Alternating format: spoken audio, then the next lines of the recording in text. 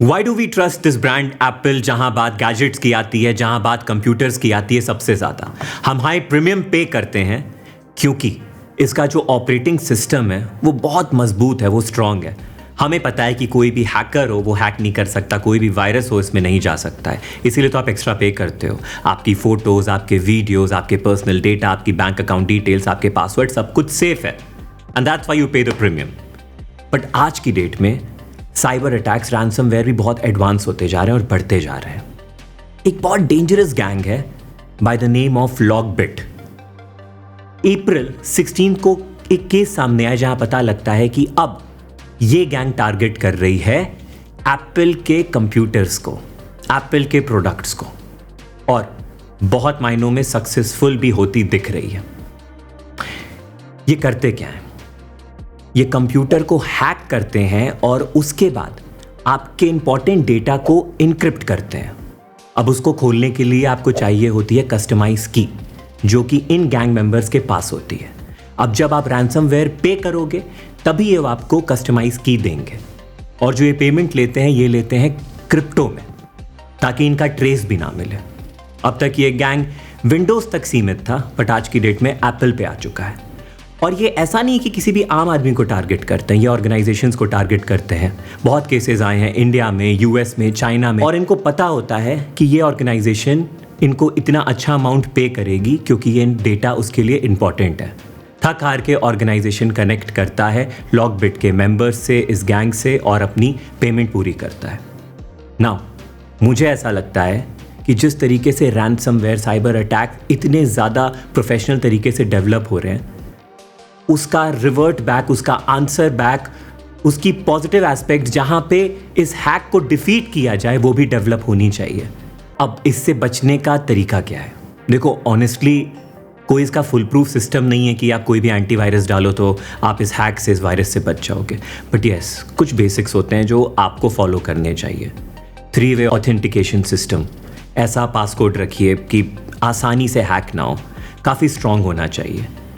Phishing attacks जो होते हैं, अपने एम्प्लॉयज़ को ट्रेन करिए कि कैसे इनसे बेसिक लेवल पे बचना है। उसके बाद you need to make sure that कभी भी आपके साथ ऐसा केस आ सकता है कि आपका कंप्यूटर हैक हो जाए, then what? So be prepared, be ready to deal with it. The European Parliament has approved the first set of comprehensive rule on unregulated crypto assets, cryptocurrencies. Now, होगा क्या? अब ये जो इश्यूअर होता है crypto वाला, वो भी कंप्लाइंस में रहेगा। जो क्रिप्टो सर्विस प्रोवाइडर होता है वो भी कंप्लाइंस में रहेगा।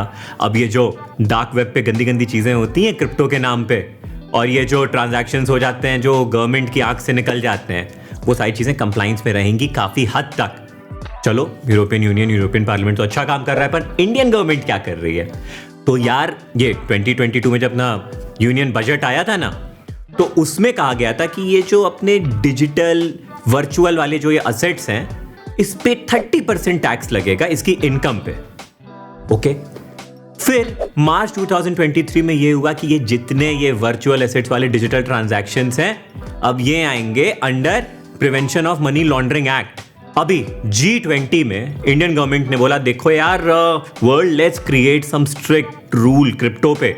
अब मुझे तो ऐसा लगता है यूरोपियन पार्लियामेंट से बेटर इंडियन पार्लियामेंट रूल बनाएगा। क्या कहते हो? उड़ता पंजाब देखिए, उसे एक चीज तो समझ आई कि जो पंजाब का यूथ है ज्यादातर ड्रग्स के चक्कर में बेकार हो रहा है। अपनी इंडियन गवर्नमेंट कुछ कर रही है ये कि लोग ड्रग्स वग्स ना लें। इंडियन गवर्नमेंट का एक विजन है ड्रग फ्री इंडिया बाय 2047, जिसको लीड कर रही है नारकोटिक्स कंट्रोल ब्यूरो डिपार्टमेंट। देखो यार, 3 साल के अंदर अंदर काफी अच्छे अचीवमेंट्स हुए हैं। 35,000 एकड़ से ज्यादा की लैंड जहां पे अफीम की खेती हो रही थी उसको डिस्ट्रॉय किया गया। 82,000 एकड़ से ऊपर की लैंड जहां पे कैनबिस की कल्टीवेशन हो रही थी इंडिया में, उसको भी डिस्ट्रॉय किया गया। ऑल एंड ऑल समझ लो बॉस, इंडिया में ये जो ड्रग कल्टीवेशन हो रही है, 3 साल के अंदर अंदर 89,000 फुटबॉल फील्ड जितना बड़ा ड्रग्स कल्टीवेशन एरिया को नारकोटिक्स डिपार्टमेंट ने डिस्ट्रॉय कर दिया। Now that's a brilliant achievement. अब ये सबसे ज्यादा होता क्या है? मान लो अरुणाचल प्रदेश, जम्मू एंड कश्मीर, मणिपुर, गुजरात, महाराष्ट्र, बहुत सारे स्टेट्स इन्वॉल्व हैं। इसको जो फार्मर्स करते हैं, ऐसा तो है नहीं कि बड़ा मजा आ रहा है खुद ही लेते होंगे इसलिए करते होंगे, भाई रिटर्न मिलते होंगे तो करते हैं, मजबूरी में करते हैं ना। मुझे लगता है गवर्नमेंट को कुछ बेटर ऑल्टरनेटिव सीड्स कल्टीवेशन के लिए देनी चाहिए फार्मर्स को, जिसमें रिटर्न्स अच्छे हों, या तो वो जो क्रॉप्स है वो उसको हायर प्राइस पे बेच पाएं। इनफैक्ट एक बहुत अच्छा एग्जाम्पल है, मणिपुर में हुआ था, पे विलेज में, जहां पे गवर्नमेंट ने कहा कि यार जो वॉलंटरली अपने मर्जी से ये पॉपी कैनबिस वाली सीड्स को डिस्ट्रॉय करेगा, उसको हम इंसेंटिव देंगे 10 लाख रुपए का। पैसा ही पैसा होगा। काफी लोगों ने किया, सक्सेसफुल था। अच्छा, कितने लोग गिरफ्तार हुए? 2412 लोगों को गिरफ्तार किया गया, जिसमें से 200 से ऊपर लोग तो फॉरेनर्स हैं। फार्मर भाई, क्या है ना कि देखो, अच्छी अच्छी चीज में भी पैसे हैं, जैसे ये ब्रोकली शॉकली, लेटस वेटस, ये महंगा ये सब जो नहीं होता ऑर्गेनिक फूड, इसको कल्टीवेट करो, अच्छे रिटर्न है। ये अपने अमीर साले बहुत खाते हैं दबा के, तो यार ये सब छोड़ते हैं और यूथ भी तो सुधरेगा। क्यों जनरेशन को खराब करना? कुछ अच्छा कर नहीं सकते हैं तो कुछ बुरा तो ना करें हम। यार ये न्यूज़ थोड़ी डिस्टर्बिंग है, तो मूड नहीं ऑफ करना चाहते हो तो ना ही देखो।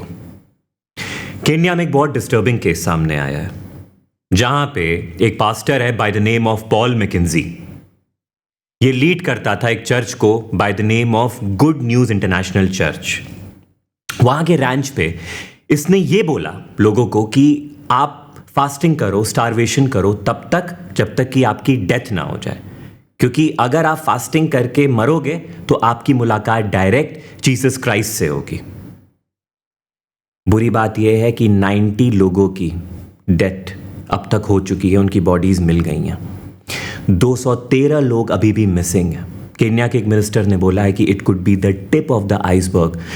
इतने सारे लोग इस कल्ट में इन्वॉल्व हो सकते हैं, अभी तक नहीं पता। Now the thing is in the name of religion, how any government और एनी सोसाइटी और एनी पीपल और any religion could allow this to happen. ये बंदा पॉल मैकेंजी, पास्ट में इसके खिलाफ केन्या गवर्नमेंट ने केस चलाया, क्योंकि पास्ट में कुछ चिल्ड्रन की डेथ हुई थी इसी के कल्ट के चक्कर में। अब ऐसे इंसान को खुला छोड़ा गया तो क्या ही होना था, यही होना था। तो भाई ये जो गलत बाबा बूबे होते हैं ना, इनके चक्कर में नहीं पड़ना चाहिए। एक्चुअली मुझे नॉस्टैल्जिया हो रहा है। मुझे याद आ रहा है जब रिलायंस जियो ये आया था टेलीकॉम सेक्टर में, तो एकदम से रिलायंस की वॉर स्टार्ट हो गई थी फ्रॉम वोडाफोन, आइडिया, एयरटेल और भी बहुत सारे थे इस सेक्टर में जो आज की डेट में है ही नहीं। लीडर कौन निकला? ऑफ कोर्स रिलायंस जियो। अब अभी के डेट में एक एफएमसीजी में वॉर स्टार्ट हो गई है, स्पेशली किस सेक्टर में? ये जो तुम्हारा ग्रोसरी रिटेल स्टोर होता है, हाँ, इंडिया में ये जो इंडस्ट्री है ये है लमसम $500 बिलियन से ऊपर की।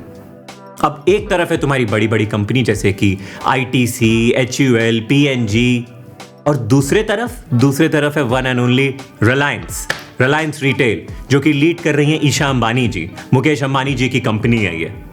अब यार रिलायंस ने ना, ये ऐसा नहीं है कि आज 2023 में इसको स्टार्ट किया। कोविड के टाइम से रिलायंस ने बोला कि देखो एफएमसीजी सेक्टर के, स्पेशली ये ग्रोसरी रिटेल स्टोर के लीडर हम ही बनेंगे। तो इन्होंने किया क्या? इनका बिजनेस मॉडल बड़ा सिंपल है। सबसे पहले किराना स्टोर्स पे कब्जा करो, क्योंकि ये जो पूरा ग्रोसरी रिटेल स्टोर है 75% इसमें जो इन्वॉल्व हैं, जो कि लीड करते होते किराना स्टोर्स वाले। तो रिलायंस धीरे धीरे इनमें पकड़ बनाता जा रहा है। दूसरा, डिस्ट्रीब्यूशन चैनल मजबूत करता जा रहा है। आने वाले टाइम में रिलायंस के जो प्लान्स हैं वो खुद ही वर्ल्ड के सबसे बड़े रिटेल डिस्ट्रीब्यूटर बन जाएंगे।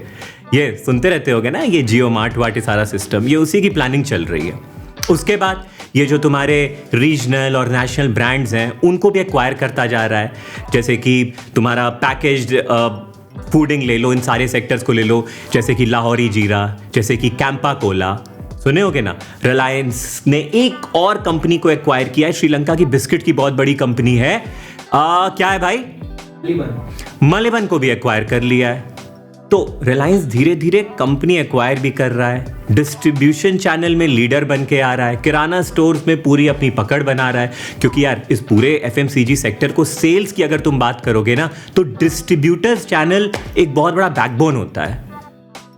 सो यू नेवर नो, आने वाले टाइम में रिलायंस किस तरीके से इस सेक्टर पे भी लीड कर लेगा। ऑनेस्टली मुझे नॉस्टैल्जिया हो रहा है, क्योंकि देखो किस तरीके से टेलीकॉम में आया, लीडर बन गया, अब एफएमसीजी में आ रहा है, बने यार लीडर, क्या कर सकते हैं। All that glitters is not gold. मैं ना ऐसा मानता हूँ। अब देखो, मैं सिल्वर की रिंग पहना हूँ और मैं ना सिल्वर की प्रॉपर होर्डिंग कर रहा हूँ। मैं मम्मी से पूछ रहा हूँ, मम्मी जो दिवाली वाली में सिल्वर कॉइन्स मिलते थे, इसको अच्छे से रखी हो ना, बचा के रखो। और आप लोग भी यार, क्योंकि टेक्नोलॉजी का जमाना है और सिल्वर है काफी डिमांड में। अब ये जो मोबाइल हुआ, तुम्हारा लैपटॉप्स हुआ, इलेक्ट्रॉनिक व्हीकल्स हुई और भी इलेक्ट्रिक की चीजें हुई, सर्किट में लगता है सिल्वर, मींस इसको बनाने में तो डिमांड तो हाई होगी। अब ये माना जा रहा है कि आने वाले 9 से 12 महीने में पर किलोग्राम सिल्वर की कॉस्ट क्या हो जाएगी, मोर देन 90,000 रुपीज, 20% से ऊपर का अपराइज फ्रॉम द करेंट लेवल। तो सिल्वर भाई बचा के रखो। और आपको पता है, इंडिया लार्जेस्ट कंज्यूमर है सिल्वर का, और हमारी जो सिल्वर की 90% ऑफ द रिक्वायरमेंट है वो पूरी होती है इंपोर्ट से। अच्छा, अब ये 2022 में इंपोर्ट कितना हुआ होगा सिल्वर यार, मोर देन 9,500 टन्स। अच्छा, सिल्वर तो चलो अपनी जगह है, लेकिन आजकल ये स्मगलिंग बहुत हो रही है एयरपोर्ट पे। नहीं, मैंने अभी कहीं पढ़ा था कि यार 29 एविएशन के एम्प्लॉयज अरेस्ट हुए हैं रिसेंटली। अरे यार, अच्छी खासी सैलरी मिलती है, काम करो, कहाँ चक्करों में पड़ रहे हो, अच्छा काम करो, इतनी स्मगलिंग नहीं करनी चाहिए। Sudan, which is the 3rd largest country in Africa, यहाँ पे कॉन्फ्लिक्ट एक्सट्रीम लेवल पे लड़ाई चल रही है between Sudan arm force and rapid support force में। पावर में कौन रहेगा? हालात इतने खराब हैं कि फूड एंड वाटर की एक्सट्रीम लेवल पे शॉर्टेज आई है। अब यहाँ आती है इंडियन गवर्नमेंट, जो अपनी राइट्स एंड ड्यूटीज को पूरे तरीके से निभा रही है, और उसने कहा है कि हम ऑपरेशन कावेरी स्टार्ट करेंगे और इससे हम सूडान में 3,000 जो इंडियंस फंसे हैं उनको हम इंडिया वापस लेकर आएंगे। ऑलरेडी हमारी इंडियन एयरफोर्स की 2 एयरक्राफ्ट जा चुकी हैं, हमारी नेवल शिप INS निकल चुकी है और 278 लोगों का पहला बैच सूडान से निकाला जा चुका है। अब प्राउड मोमेंट है हम इंडियंस के लिए भी कि अगर हमारे कंट्री के लोग किसी दूसरे कंट्री में जाके काम करते हैं और किसी हालात की वजह से वो फंस जाते हैं, तो इंडियन गवर्नमेंट फुल सपोर्ट करती है कि हम आपकी सुरक्षा का पूरा ध्यान लेंगे। तुम्हारा इश्क इश्क और हमारा इश्क सेक्स, एक्चुअली इसी टाइप की हिपोक्रेसी कर रहा है यूरोपियन यूनियन।